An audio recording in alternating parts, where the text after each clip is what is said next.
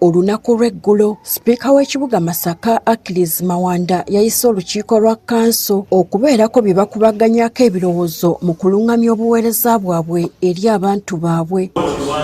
Ezimu ku nsonga ezabadde ku mwanjo y'ekitongole ky'emmwanyi ki Uganda Coffee Development Authority, gavumenti kyeyagala kigattibwe mu minisitule y'ebyobulimi. Mu lutuula luno, Meeya Florence Namayanja yasomedde Bakansala ekiwandiiko ng'azzaamu abantu amaanyi n'okukubiriza abalimi okugenda mu maaso n'okulima emmwanyi nti luliba olwo gavumenti esiima amaanyi g'abantu bw'eribezze bannayuganda balyeyagalira mu byobulimi.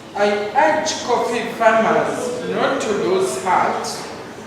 Someday, a government that appreciates people's hard work will redeem Uganda's farmers from exploitation. Kino kyatabudde kansala w'abavubuka munna NRM Rogers Bulegeya n'ategeeza nga bwe butali bwenkanya Meeya okulengeza gavumenti ng'ateekoze ky'amaanyi nnyo mu kirime ky'emmwanyi. N'ekyokubira muntu n'agamba nti gavumenti erina kyekoze ku bamwanyi kyera eriwo kulemesa bantu kulaakulana ddala mu Uganda statement nkya kubanga emmwanyi terina wa Buganda kukka. Wano Meeya yalangidde kansala ono nga bw'atamanyi luzungu ng'obuzibu bwonna kwe buva. Kansala w'abaliko obulemu Vincent Ssentongo naye yayimiridde n'ateeka Meeya ku nninga abeetondere nga bo bakansala abatamanyi luzungu nti kuba buli omu alina eddala kwe yakoma nti kuba tebenkanankana. So obutamanya luzungu ffenna akati ekirevo zaffe tezifaanana. Badde nsaba nga sinnateesa Meeya asooka yeetondere ffe abatamanyi luzungu asooka akyetonde tulekubere maaso n'okuteesa. Ebyokwetonda Meeya yagambye kikafuuwe.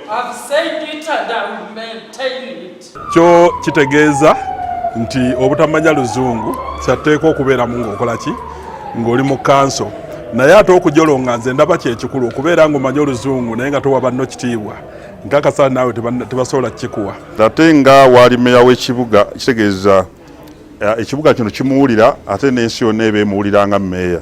Bw'agamba nti gavumenti yange nti eri mu kuggyawo UCDA olw'okuba nti eyagala okunyigiriza abantu ku mmwanyi tekiba kituufu. Namayanja agamba nti bannamasaka bayimiriddewo ku mmwanyi nga tebandyetaaze kintu kyonna kibataataaganya. Okutaataaganya omutindo, okutaataaganya abalimi ku bye bayitamu okusobola okutuuka ku kutunda emmwanyi zaabwe ate era n'akatale.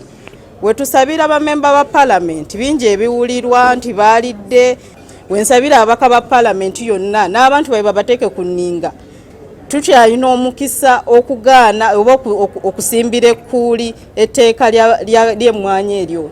Bazaawo nze ndi wa muwagizi wa gavumenti naye bwe kituuka kuggyawo emmwanyi nga kye baagala okuyitiramu ng'amatatu ge gasoose okuvaawo ndi mwetegefu okulekulira okuweereza gavumenti n'okuteekayo ebifo eby'obuvunaanyizibwa byennyini. Ensonga y'okugatta ekitongole eky'emmwanyi ki Uganda Coffee Development Authority mu kiseera kino yali ku mimwa gy'abantu n'okusingira ddala mu bitundu ebisinga okulima emmwanyi ng'abasinga obungi basimbira ekkuuli enteekateeka ya gavumenti gy'eyagala okukola. Gertrude Mutyaba, Agafeeyo ku Spark TV.